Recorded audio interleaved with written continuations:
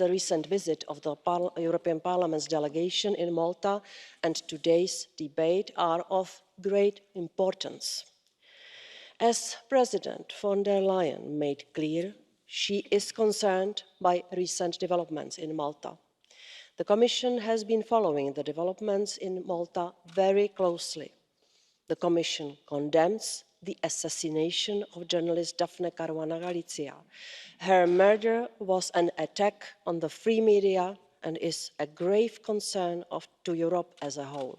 Europol is in Malta and has supported the investigations in Malta as a top priority case with experts on the spot and from Europol headquarters. The support activities are ongoing and will continue.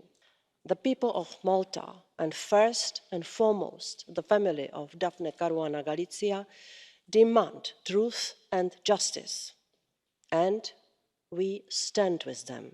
One of the top priorities for Malta is to strengthen the independence of the judiciary, in particular the safeguards for judicial appointments and dismissals, and to establish a separate and fully independent prosecution service. There is also a need to strengthen efforts to detect and prosecute corruption and the enforcement of the anti-money laundering framework.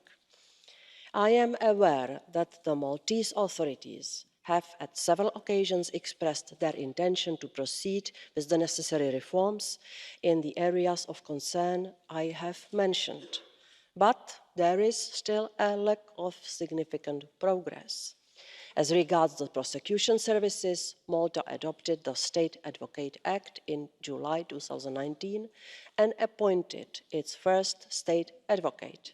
However, concerns remain as regards, among others, the lack of checks and balances in the appointment procedure of the Attorney General, which in practice is still under the power of the Prime Minister.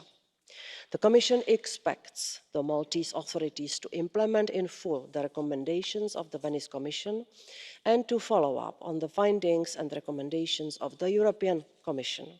We will soon put in place a new rule of law mechanism covering all Member States, including Malta, to improve prevention, dialogue and monitoring. This will cover judicial independence, as well as anti-corruption and aspects of media pluralism relevant to the rule of law. I can assure you that the Commission will not hesitate to take measures as necessary.